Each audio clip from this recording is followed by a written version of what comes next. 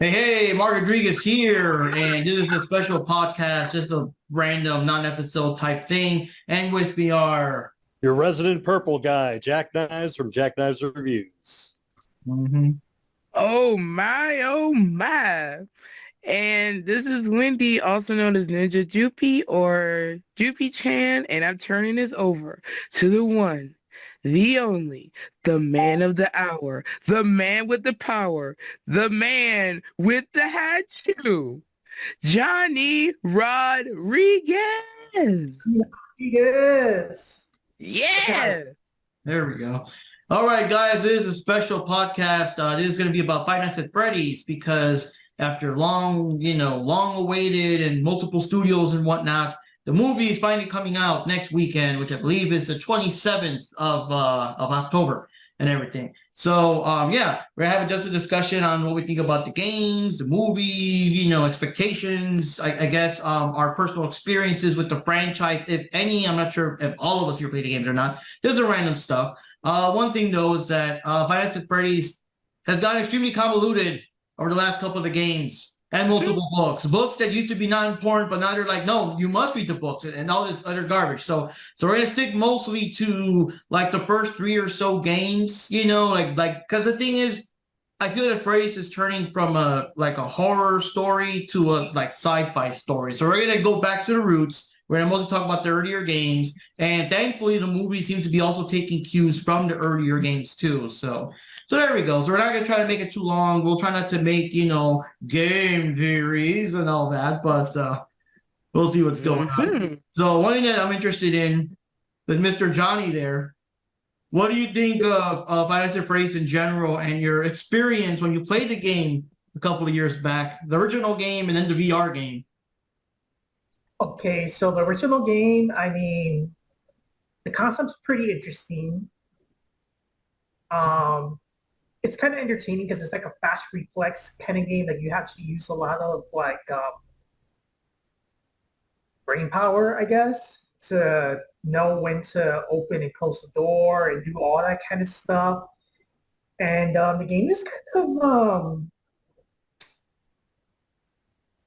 it's kind of scary. I wouldn't want to work there. I can tell you that. Now, one thing I have to say, my favorite part was when Johnny was new to the game and he's like pushing the buttons. He's like, I just need the doors closed the whole time, right? I'm like, no, no, no, they're eating up power. You gotta open the doors. What? But I mean, the things they're everywhere. They're right all over the place. And it's like, well, you gotta know when to open the doors and when to close them. Oh man. Mm-mm. So yeah, for those that still don't know, the original plot before it got super convoluted was that Freddy Fazbear's Pizza is based on Chuck E. Cheese, and they have their animatronics on stage and stuff. But the purple guy with the shades and beard over there killed a couple of kids, and the kids were shoved into Freddy suits, and they never found the bodies and stuff. So the animatronics get possessed by these kids and run around at night. And the weird thing is, as far as the story changed so much, but back then, as far as Fazbear Entertainment goes, they only think that they're malfunctioning. They think that if they see a human, they'll assume it's like animatronic without the suit, so they'll grab you and shove you into a suit. But the real thing is that no, they're haunted, they're out for revenge, they'll purposely kill you by shoving you into a suit. And I guess it's been so many years, they don't really know who killed them. They just know it's an adult in a security guard outfit. That's you. We're coming after you, and that kind of thing. And then again, the game skyrocketed from there. Yeah, Jack, what's your experience with the series so far?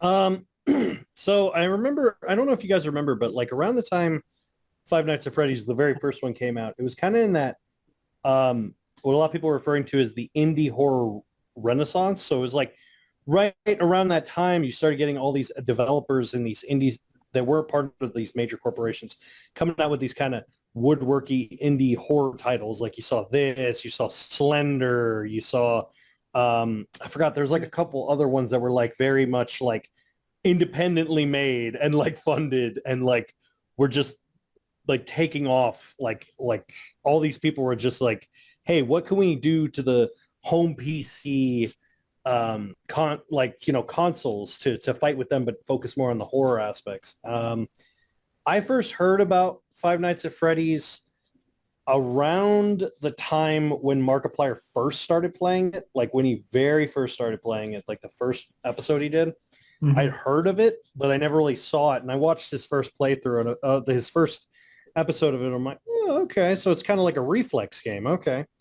For me, I do find it funny that a game that went from it's a bunch of you're in a haunted Chuck E. Cheese and scary stuff come after you into honestly one of the most convoluted stories I've ever seen. And for the horror genre in video games, Mark can attest to this, that's saying a lot because like horror games get more and more complicated. Who'd have thought all these years later that Silent Hill would have the most cohesive narrative from game to game of just being Oh like, my gosh. Silent Hill 1's about this, 2's about this, 3's about this. And like, they're all one story. I'm like, no, remember in the Game Boy Advance version where this happened? Well, it turns out that was a code to get in. I'm like, God damn, just, can't you just make it about robots killing people? Like, Yeah. That was but the third, one. Sorry. but I remember playing the first one and I was just I was kind of disappointed when I first played it because I was like, oh, it's mostly because it was kind of short. But I mean, most of the games back then were kind of because it was kind of like, oh, it's an indie game. Okay, I'll give it some slack. But then the second one, I really dug. I really liked the second one. I feel like they fixed a lot of the major issues that I had with the first game. And then the third game, it was kind of starting to go, okay, they're putting too many hands in the cookie jars. They're adding too many things I have to do. So then I'm like, and then I never even played the fourth one. I just saw people play. I'm like, oh yeah, no, it got way too complicated. So I do also find it great about the franchise is that as opposed to, it's one of the few franchises, I think this, maybe Killer Clowns from Outer Space and like maybe one other horror franchise I could think, maybe Gremlins, I guess. There aren't that many horror-esque franchises that are like accessible to kids in the same way as adults. I feel like FNAF is one of those few that kind of like are like gateway horror, which I kind of see this as. Like now there's like movies like Megan and this. And I'm kind of curious to what they're going to see. And at first I was hesitant, but then when I saw Matthew Lillard in it, I'm like, sold. So, it's like, zoinks! I'm the man behind the slaughter, Scooby! Like... Oh, speaking of what Jack just said there about the kids thing, I remember like maybe a couple of years back or so, I was in the store and a kid was with their parent and they had like a FNAF book on them. And I was like, oh, okay. All right. Okay, if that's how it is. Okay, if that's how they roll. Have you ever be played fair, the games though, Wendy, or have you encountered any of them, like actual gameplay or just like the videos? Now, my situation was like this. I was still in Japan at the time, and I had my old laptop that was, had Japanese interface, Japanese everything. So I had lots of Japanese errors that I couldn't figure out. So if I would have attempted to try to play this game, it would have blown up my laptop. If you would have played the game, Freddy would have come out, Freddy would have been, shit! Like... Yeah, that sounds about right. No, but in my situation, I learned about the game because of game theory, because I actually watch game theory videos every week or whenever, and I was like, dude, I want to play this creepy game. But of course, like I said, my laptop wouldn't have been able to handle it.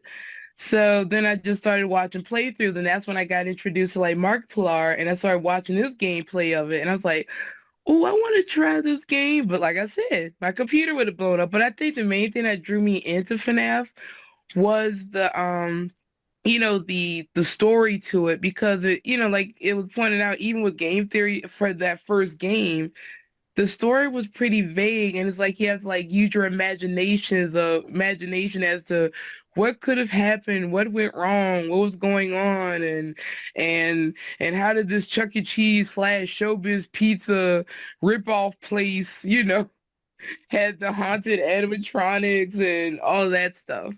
And like I said, I kind of like that aspect of it because it was like an actual mystery. Like they never found the body, so the implication was that the children were stuffed into the suits and they never discovered that. Then we had the second game, which I thought was pretty interesting as far as the story went, and the gameplay looked pretty cool too. The third game, as far as story goes, because it seems like they're trying to fit like other pieces together, and I think that the first three games, I think that would have been a good place to kind of sort of stop, because the third game seemed like they were, putting a bunch of things together, but of course they had to keep throwing some nonsense in there. Say, oh, guess what? We have to keep going. Then we get that nightmare fourth game. Hey, all of a sudden there's another kid who got hurt.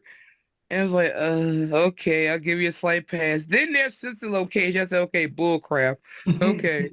Like they said, sister location is supposed to be taking place in the 80s, but you're going to tell me they had that high-tech government style animatronics back in the 80s where where the main source of technology was like a Walkman? Are you kidding me?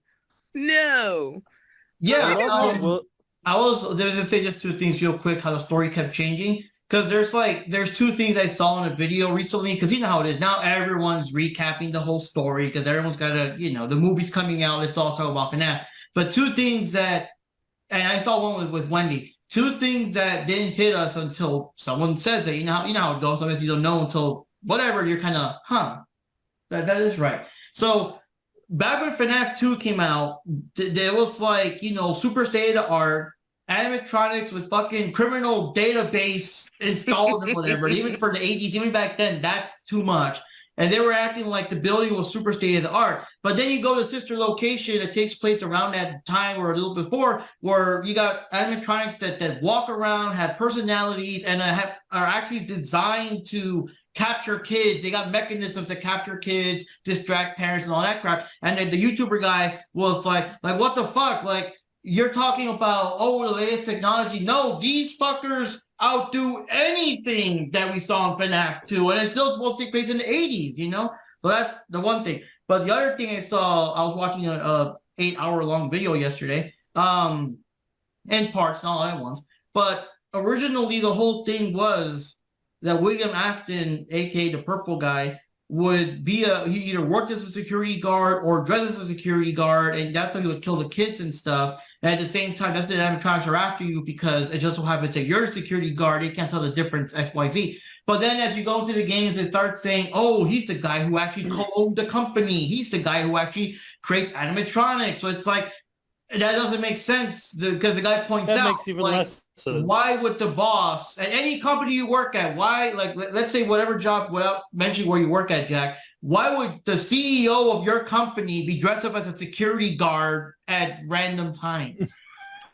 You know what I mean? Like, or even in McDonald's, why would the guy who owns the entire fucking franchise, whoever he is, be a security guard at McDonald's? It just made no sense. Oh my God.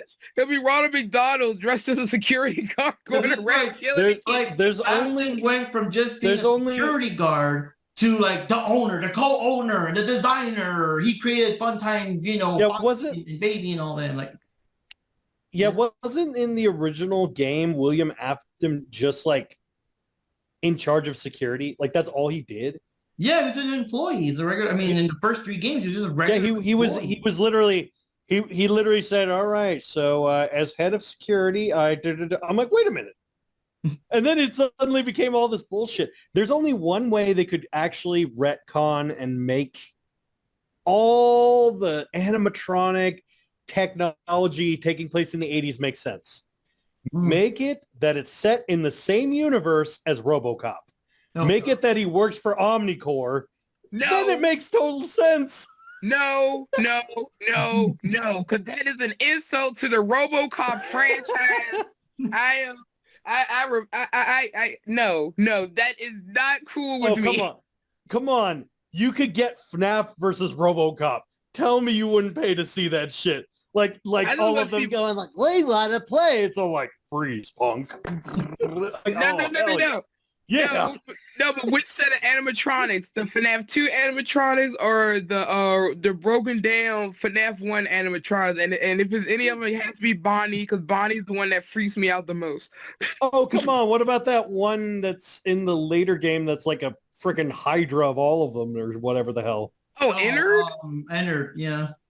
Oh, God. Yeah, so have that thing, and then he just like has like a giant freaking anti-tank missile just going after that. You know what? That should be on the side of a van. Have the original Bonnie, the withered one, but still have his face, and then RoboCop shoots the face off, explains why his face. Yeah.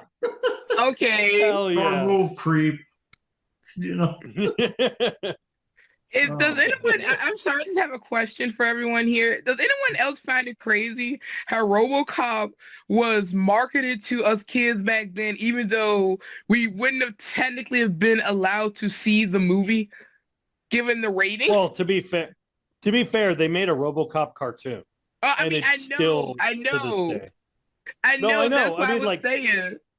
It's weird because you look at half of the stuff that they marketed, especially in the late 80s, early 90s, it doesn't make any sense why they would market it. Like, hey, kids, you remember this gory movie, RoboCop? Yeah, that's a kid's show now. Hey, kids, you remember these, what about this movie, this post-apocalyptic movie about a bunch of aliens that were taking over an entire base and we have people shooting lasers and slaughtering each other? Aliens, yeah, we'll make them into toys for kids. You're like, what? The worst one is like, dude, like Rambo, Rambo, the toxic Avenger. Yeah, that's and then a good kid cartoon type thing. Yeah, and then they turned Toxic Crusader, which I love Toxic Crusader. I'm not gonna lie. But here's the thing: I will say what is really funny to me is just the big plot hole of how somehow William Afton is such a terrible father. Oh God! And yet somehow he's able to get multiple landscaping building contracts to build these buildings. The animatronics, I'm like, okay, that already is far-fetched. But the buildings, that's what I'm really like, wait a minute. Because you had to have taken multiple bank loans out, and they're like, so we noticed, we did a background check. We noticed a lot of your kids have gone missing.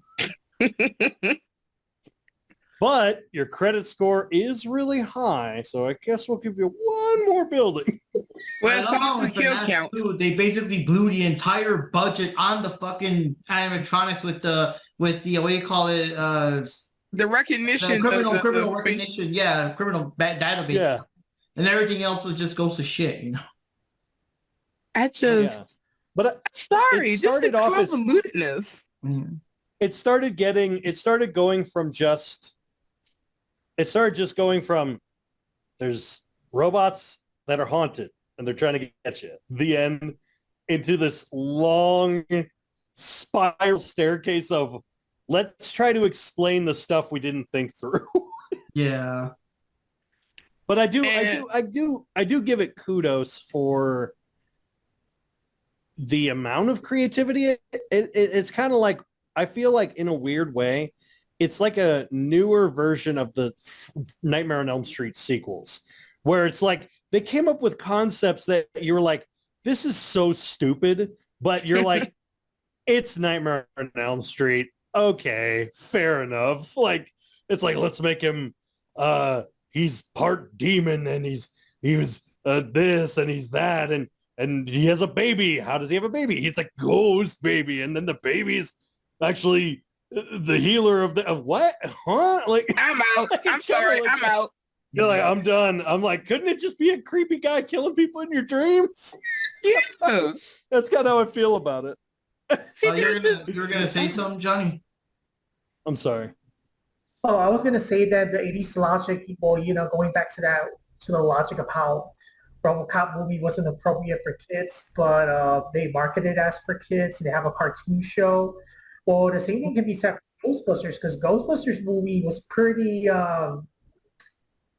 it had some adult themes here and there in the movie, and somehow that became like a kid-friendly. Yeah, a lot of kids wanted to shove their keymaster into Sigourney Weaver's Gatekeeper, right? Oh God. Like Or that what didn't about the hit me until I was an adult, like older. No, like, the part that didn't had get to been on most purpose. the part that did no, the part that didn't get most people in that first Ghostbusters was the scene where Dan Aykroyd's pants get unbuckled, because I think most kids are like, huh? And Yeah, then you that- get it that- over, you're like, oh. Because most of the time we also only saw it on TV, and that scene was always edited out. You know what I mean? But then you like Yeah. the video, you're like, this scene was not on the TV version I saw. You know, like Yeah, I was confused by that when I first saw that. I didn't understand it like at all, and for obvious reasons, why would I? Oh, same with like Howard the Duck and Howard the Duck. I used to watch that all the time, but I'd only seen the edited version on TV. Then I saw the regular version. I was like, what the heck am I watching? Oh, with duck tits, woo! That was. Yep. So, anyways, let me see here. So, when I first heard of the game, I was still with Paige. Paige was telling me about, oh, there's a new game called Five Nights at Freddy's, and the thing is, just on the title alone, I don't know why. I thought it was about like just some frat dudes going out like to bars and doing stupid shit or whatever. So I'm like, I don't care. But then like I actually watched the videos, and yeah, we got to see what's it called? Markiplier play and people were kind of talking about it. And I finally decided to get a Steam account. And it's so bad. I don't know, the concept of it, because I'm a vivid person, you know. The concept of it was creepy as fuck. I would not be able to sleep at nights because of fucking Bonnie. And because I just keep thinking of myself actually being in this secluded space in the middle of the night, and these fuckers are walking around, you know? So it took me forever to get a Steam account, knowing that I was getting one to get those games. Then another week or two to finally like whip out the money to buy one of the games and to actually install it. Like, oh my God, I'm gonna play this shit, you know, and all that. So the first game, you know, I kind of got the hang of it after a while. The second game, yeah, it's definitely a lot more action packed. The second game got the fucking like 11 animatronics now, like the old ones and new ones and everything. And then you have to always wind up the music box and all that shit. So there's just too much shit going on, because in the first game, there's parts where you could actually just kind of sit and chill, like, okay, they're not moving. Then drink some more coffee. But in the second one, there's no time to breathe. You gotta have your mask on for some of them. You have to do the flashlight to Foxy because the mask doesn't work on him. You gotta keep charging the fucking music box. And oh my God, the bands. And oh my God, the fucking music. Oh, damn it. Mango's hanging up the roof there. It's like, it's just too much shit. It's too much shit. Part 3, I didn't like it too much. My computer doesn't have, I guess, the best specs, because I've noticed that a lot of times, you know how they always have like those teaser trailers that they used to put on the Scott Games website, and you know, MacPad's all like, you know, it'll brighten the screen and you'll see this or that, and that didn't work on me. I could brighten the screen, but I, you know, it just wasn't, I guess, not enough colors or XYZ. So FNAF was hard for me to play because I could not see where the damn fuck Springtrap was. Those cameras as is are bad. They're extra staticky, but with my computer, I could not see anything. I was just guessing where the fuck he was, so I couldn't really stop him, you know? Part 4, I played a bit of it, and that's a douche move. That's a douche move. A game where you have to look into darkness and listen to the most, you know, put your volume up to listen, so you can get a fucking loud-ass jump scare if you don't do it right or whatever. Paige and I, we got to play Sister Location when it first came out. We could not get past that breaker room with Freddy. I don't know what the fuck you're supposed to do, because the breaker room is like, because I feel like if you just do a bit of it and close the window and reopen it, it resets. So I got no time to do them all, and fucking Freddy almost killed me. So I never got past that part. I just got annoyed. We played FNAF World when it first came out. Everyone got pissed off because the trailer looked better than the actual game in XYZ. And the dude actually like gave you the option to refund your money if you bought the game, and then like a couple of months later he made a new one and re-released it actually for free. So I got the free one, and I got FNAF 6, which I only played a little bit because it's creepy as fuck. But that's it. That's the most I played. I haven't played. Oh well, I guess the VR game. If you guys have played the VR game or seen it. No. I've seen. I've really What was your seen. experience with that one? Oh, I played that one. It's definitely a lot scarier. Like you actually, well, obviously the experience is, VR looks pretty cool. It almost feels like you're at the actual place, when you're pressing the buttons and all that kind of stuff. But then when the what was it, Chica just appeared, it's just like it's intense. Yeah. The thing is, when I first tried a VR, I didn't know what to expect. That's my first ever VR game. We were at Poke and Drew's house.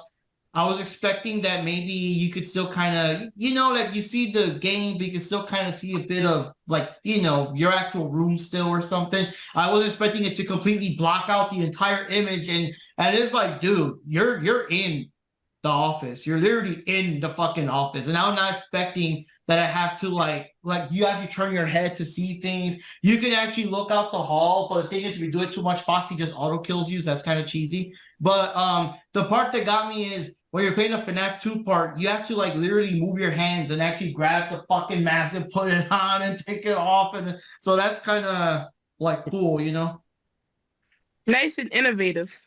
Yeah. Yeah, that was cool because people were expecting the game to just be a VR version of the first game or something. And then when it came out, it's like, no, it's a VR version of all the old games and new parts and new things. And there's a storyline too, and you gotta find the tapes and whatever. So it became like a all-out game. It wasn't just like, oh, here's the first game, just VR. It was a big thing.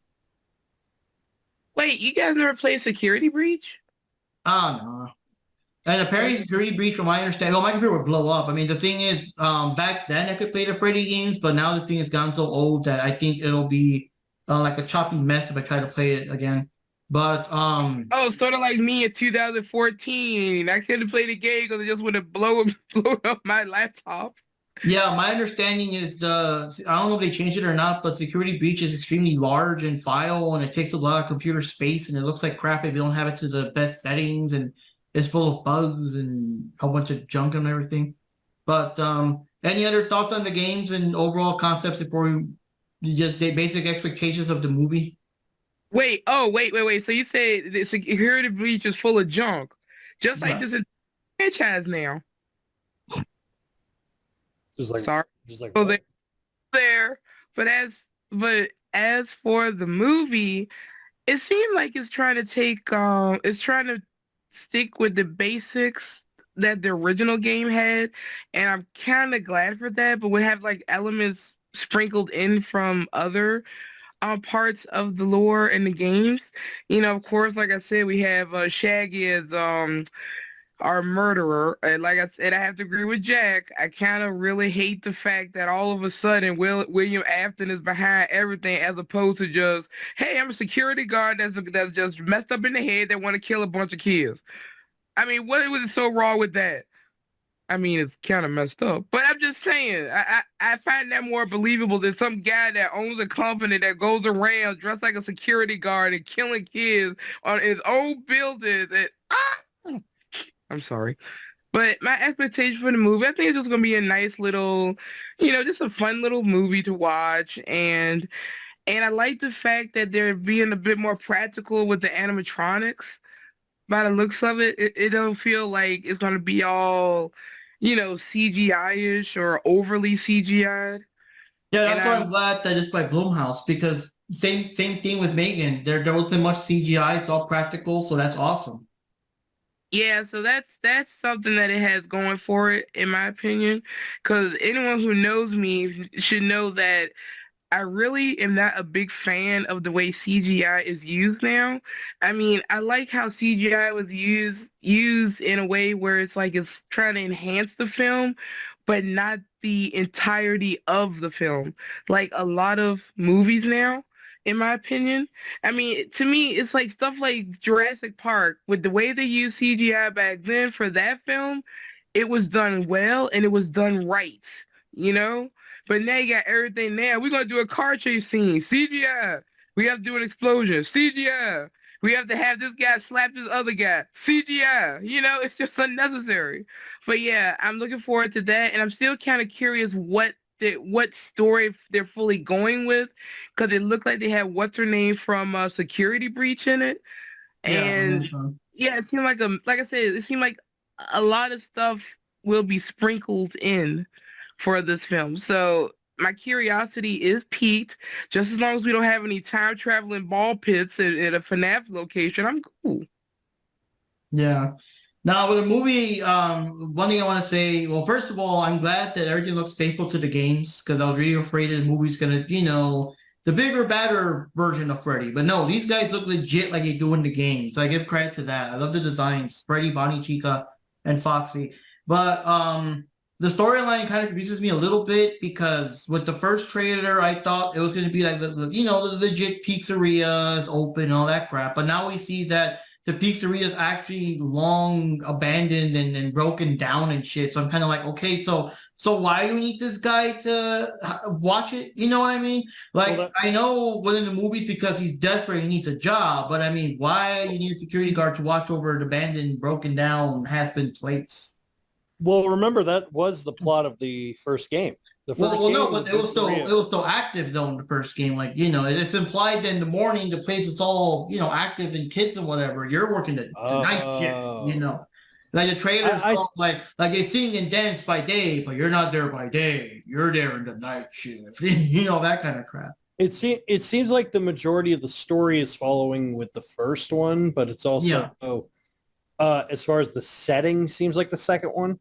So I think that's kind of what they're going for, of like the blend of those two, which I think is a better decision.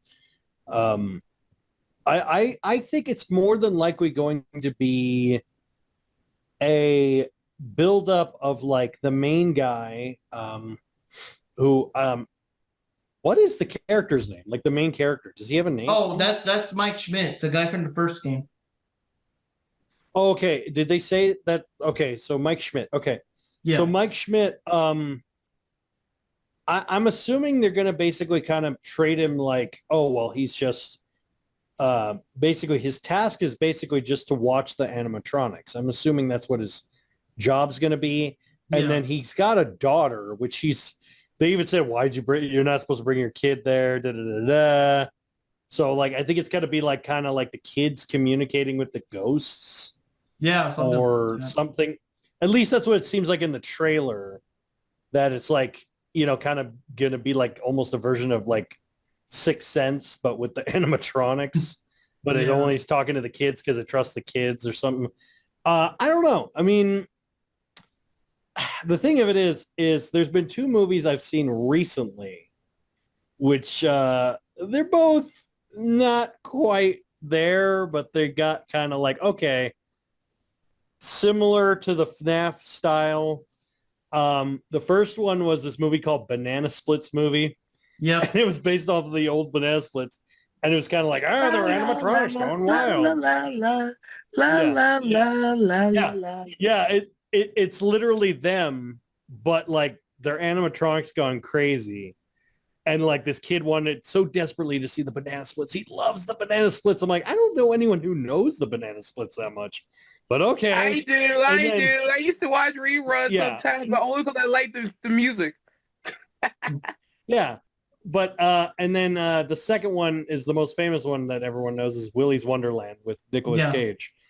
Now there's rumors because at one time Warner Bros. Was going to make the movie before XYZ happened and it went to Blumhouse. There's rumors that they took the leftover script and made that from there. Yeah, because I've seen Willy's Wonderland. That movie, it is funny. It's hilarious. It's funny, but it's funny because it's like Nicolas Cage doesn't really talk in the whole movie.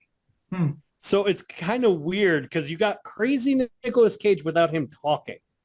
And then like these teenagers coming in and hitting up these animatronics, and then they go crazy.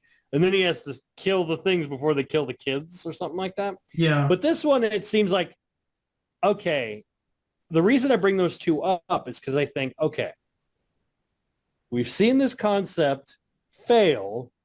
Now you need to look at those and go, don't do that. Yeah. Like, that's all I'm saying. Like, you have the two that failed, don't do that. Just Yeah. follow. I think if they play it safe, which Blumhouse, I love Blumhouse because they have really, really cornered the market on teenage horror now. Mhm. Because you look at the movies that they come out with, they've really cornered that market. You got what they're calling concepts killer movies, which are like you look at Happy Death Day, which is what happens if Groundhog Day was a slasher film, Yeah. or the newest one they have is actually really good. It's called Totally Killer, and it's literally Back to the Future if it was a slasher. Like it's like literally, it's so funny. But like I said, it just came out on Prime. But like I said, that Blumhouse has that in the bag as far as like understanding what the teenagers want, because you gotta corner the market in that thing. And I think they're finally getting that, and they know how big FNAF is. So for them to actually finally get this off the ground and finally get it working, that does say a lot to their faith in the story. And I feel that if you just for this first one, if it makes it into another movie, cool. Just for this first one, don't overcomplicate it. Just paint, like bare bones it, add little sprinklings of element for later movies, but just the bare bones, keep it bare bones. Yeah. Because that's the only way you're going to draw in a non-FNAF fan into this franchise. Because I know there's going to be a bunch of diehards like, no, Bonnie has a light yellow nut. I'm like, no one gives a shit. Or Chica, I'm sorry. Chica's color is a 0036 yellow. This is clearly a 0034 yellow. 2 stars. I'm like, no, fuck off. No one gives a shit. Get out, neckbeard. Oh, God. I say that as a big nerd. I say that as a big nerd, and you guys know movie nerds and video game nerds were very, very picky in particular, but I think we got to tone it back just for this movie, just to hopefully, I just want it to be a cohesive movie. Just as a movie on its own, I'll be happy. Yeah. Is it PG-13 or is it R? PG-13. Did they say? Yeah, okay. So that means they're probably not going to go super crazy, because I was like expecting, if it was an R, oh man, we would get to see like the scene in the machine with like into Claptrap. Oh my God. Oh God. Like with the blood. I'm like, yes, make it real. Oh, I'm hearing the gears and the bones crushing and bodies being stuffed. Oh. And then just cut to a kid eating, and then like just hear all the bone crunching, and then cut to a kid eating breadsticks. Well, it is a P3. Is that I got a little concerned when those movies came out, because I knew that everyone was going to compare them to that, and it's too late. You know, like the Willy Wonderland's already out. It's already in the public eye. And I won't be surprised if some of the critics will be comparing it to that and stuff like that, because that's the name of the game. It came out first. So, like with Megan, for example, I was a bit like if they never made that weird Child's Play remake that was about a malfunctioning AI thing, I think the Megan thing would have not gone as many comparisons, because they're nothing alike. You know, Chucky's a doll, Megan's a full robot thing, and she's not possessed by anything, you know. So if they never made that weird remake where Chucky himself is a fucking robot that's malfunctioning, there would have been lesser comparisons. So when I was looking at the synopsis of both movies, the Banana Splits one and the Wonderland one, I'm glad that it was just random animatronics that malfunctioned or whatever. I'm glad it didn't go the route of, okay, some dude killed some kids, and because I'm saying, that's going to make FNAF a hard sell whenever they make that movie, because they're using the concept of kids possessing them and shit, you know. So I'm really glad they at least, like, they didn't do that. They didn't held off on that, you know. But the two things that bug me about the trailer a little bit is, or confuse me, not so much bug me, but the first one bugs me. Apparently Vanessa knows the backstory and all that. That kind of, like, I don't know. Because in the trailer you see that she's explaining about, these kids and they're vanished, they were never found, and the animatronics are possessed by that. Like, no, shut up, bitch. You're supposed to know that. Like we said, maybe like the Sixth Sense. Maybe have no one know why, but then the kid, or dreams or near death scenes or some shit that they'll find out during the course of the movie that they're possessed by kids. Not have this Because, woman just somehow know. Right, because if you remember in the game, there was that mini game where you're like a ghost floating. Yeah. Like, have it like because there's a couple parts where I guess she's like probably more than likely asleep. So have the ghost go in her dream and like show her what happened. That way she could relay and go, this is what happened. No. I'm like, okay, if you go that route. Yeah, because they did that in Nightmare on Elm Street. Some of the kids had dreams that actually reenacted when Freddy was, chased by the parents and got trapped and they burned face down. So they could do stuff like that where someone has a dream that kids got murdered in the suits and all that shit. I don't know. Show, don't tell. It's the number one cardinal rule in film. Show, don't tell. Don't tell us something and just expect us to accept it. Like, just show us, damn it. Yeah.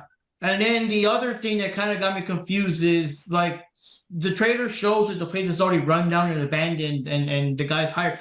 These people break in and they're stealing money from the register and busting gumball machines that are spilling out quarters. I'm like, wait, what?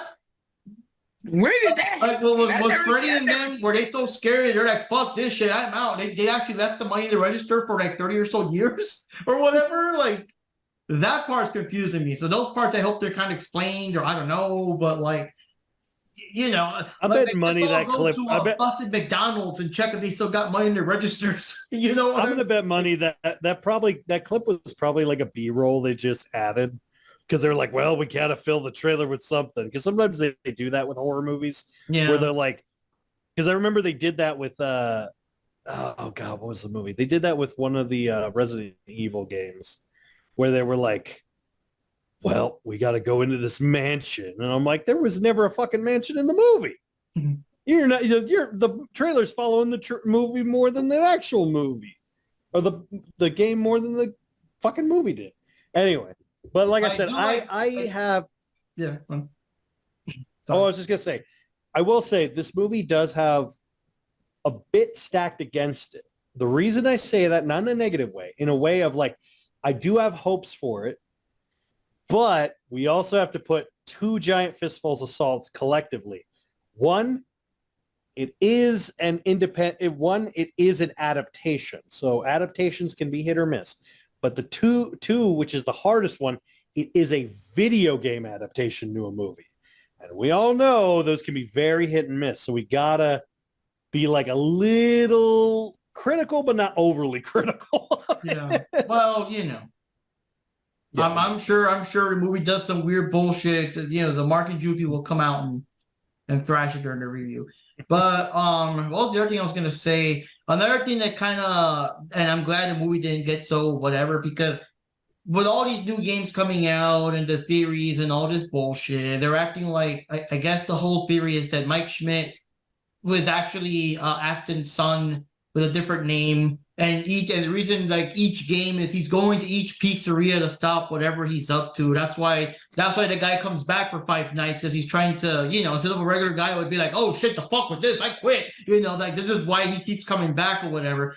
I don't think the movie's doing that, because I mean, obviously Afton's a bad guy. Us fans know. Obviously the normies and the non-FNAF fans would be, oh my god, that was the bad guy all along, that shit. But all of us, we already know it's him. And for the trailer, he's using, I forgot what name it was, but he's using an obvious fake name. We know that's William Afton, But yeah, it doesn't look like they're going with that story, because I don't know how you could possibly be interviewed or hired by someone and not recognize them as your father, Everyone's like, well, I don't know, blah, blah, blah. I'm like, dude, they're like talking over like, I need a job. Well, we're hiring for free. Oh, Dad, what are you doing here?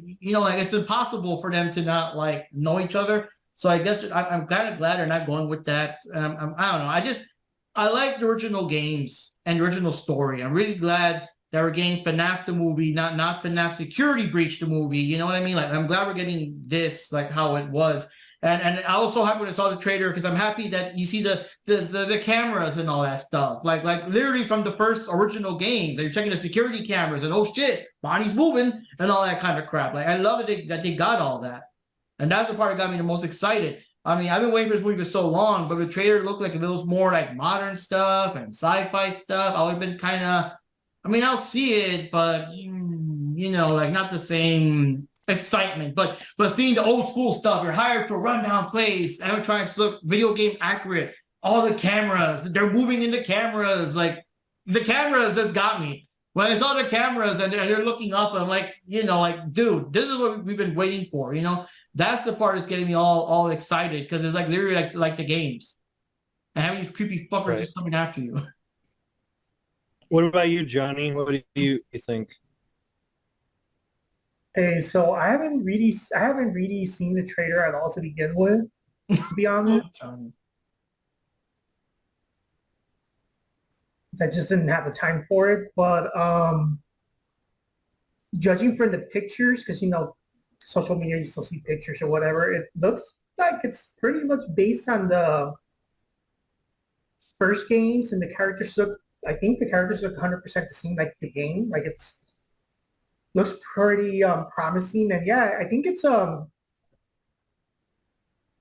timing of the film's going to be perfect because we're at close to the Halloween time of the year, so I think it's kind of like a perfect movie to watch during that time period, in my opinion. Any thoughts, Wendy? Or expectations? You kind of said most of yours, but do you have anything you would add? Well, like I said, as long as we don't have any time-traveling ball pits or any of the other nonsense that has popped up in the books and some of these later games where now all of a sudden everything has to freaking count, I will be good with this movie. I mean, personally, I just wish it was just the first game in general or just the first two. But I think, like I said, I pretty much gave my thoughts. And I think it's gonna be okay. But also like Jack said, it might be like a hit or a miss. So we'll just see how it goes. And I hope that they just leave out all the convoluted nonsense that I just don't like about this franchise now. Pretty much past FNAF 3. So even FNAF 4, I give it a slight pass. But Sister Location and anything beyond Sister Location in my mind just does not exist. I mean, my mind just refused to go there because of how stupid it is. And same with some of those books, which was supposed to be an alternate retelling of the FNAF story. And then all of a sudden, it's canon or something. I'm like, oh, I did read the first book, though. I'm guilty of that. I used to have it. So the Silver Eyes one. So that's about it, really. Yeah, the thing about FNAF 4 I didn't like is it was this weird extra self-contained story that didn't really go well with the other three games. It was very confusing. And then the biggest thing is with all the things, it's bad enough that the other games introduced more and more restaurants and started flipping the order around and stuff like that. But this one started when they showed the Golden Freddy biting down the kid. That should have been the bite of 87. There was no reason for these fuckers for Coffin to retcon it into the bite of 83, was it? 83, 86? One of those? Yeah, that should have just been the bite of 87. When you see Markiplier, what's that the bite of 87? Also, it's that should have been, yes, it was. Let's not change it, and then I can start getting crazy there. Also, if it's supposed to be the bite of 83 or 87 or whatever, they're probably gonna have to retcon and change it to the bite of 93 or 97 because if they're gonna go with Matthew Lillard is William Afton, if they actually kept with the canonization of it being 83 or 87, that would make him in his 60s or almost 70s. So you'd have to actually just go, let's erase 8 and put a 9 there, and then all the fans will go, you changed it. It's destroyed. It's who gives a shit? We'll complain. It's supposed to be 83 or 87 with that high technology nonsense that we so in Sister Location. It's possible. We saw Jurassic Park. It's possible, damn it. Oh god. So it's like when they're building the animatronics that can capture kids, it's what was it? We spent so much time wondering if we could do it and not asking if we should, We Man, I can't believe that. You know, it It's was like, that so time. Mr. Afton, how deadly do you want to make these animatronics? And his answer is yes. You know, it was the mid to late 90s where everyone had, you know, it was the mid to late 90s where we had the spin doctors and animatronics that could kill people. You know, it was just the times. It was of the times. Well, we had robot meter maids too. Mm. I remember in one of the Ninja Turtle episodes, the old ones, there's a fucking robot meter maid. That was acting like, yeah, that's a thing that exists. Like no one else is flipping out about it or anything. Like, geez. Exactly. Yeah. So yeah, I think we kind of went into everything we can right now. Because again, we're not going to go super deep into all these things. Where we like to stick. We're like the OG fans, give or take, and we like how it was before. We like when it was a horror story and just that feel of being all alone in the dark and these fuckers are coming at you. You got to check the lights, check the mirrors, and everything else, and all that stuff. Yeah. I guess something else I'd like to add since you mentioned that. I like the fact that in the earlier games, it felt like it was supposed to be just a supernatural thing as opposed to turning it into something more sci-fi-ish. Yeah. I like the whole supernatural, haunted, ghost type stuff, which I can get it. I can dig, you know? But now it's more like, hey, let's turn this into the Terminator series or something. I mean, I don't know. It just, you know, it's just... Yeah, it went from a bunch of ghosts haunting things to now they have X, Y, and Z transforming machines that are sucking up ghosts, and you're like, what? This is so stupid. Yeah, and then the animatronics from Security Breach, they're basically people. They're basically walking around and stuff. They got their own personalities and whatnots. You know what I mean? Like they're like light year. Well, I mean, at least in that game, at least like it takes place more in the future. I mean, it's like purposely retro 80 themed, but you still get the idea that it takes place in the future. So at least that makes sense. But yeah, the technology with the toy animatronics in FNAF 2, and then you got the fun times that have, you know, fucking baby has a claw that grabs kids, and I forgot the one time Foxy had like fragrances or junk, so it's implied that's like, you know, stuff to knock kids out.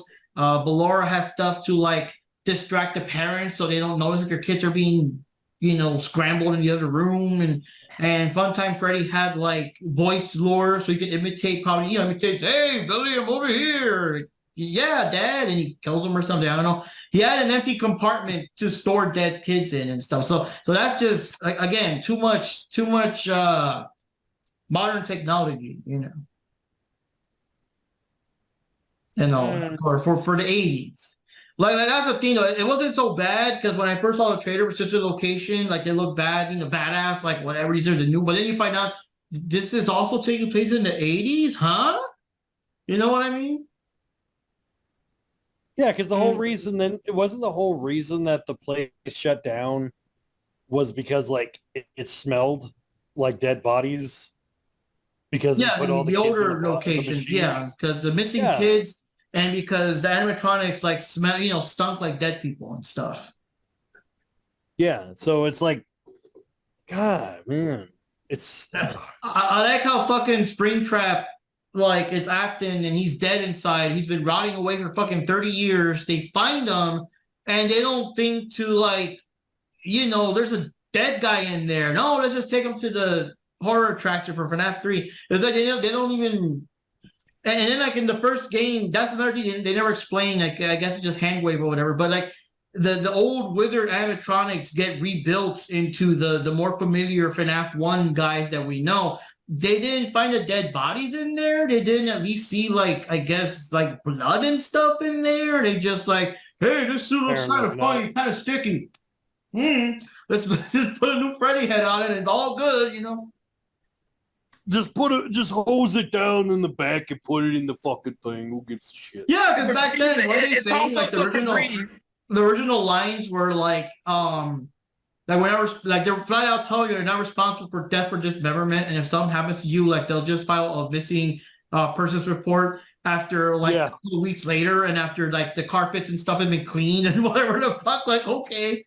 Like you hear all that shit. I'm like, okay, I'm getting up now. I'm heading out. You know. That's right. I remember that. He said that whole report in the beginning. Yeah. Yeah, I missed that though. It's too bad. I mean, obviously there were no plans for sequels. So, you know, it was a kind of a gamble if the game was going to make it or not. The guy actually made a Kickstart or Indiegogo, one of those, and like $0. Like no one gave a shit because no one knew. Like going back in time now, people would have funded the fuck out of it. Well, back then, it's like the fuck is this shit, you know? So he wasn't expecting it to be a thing, but.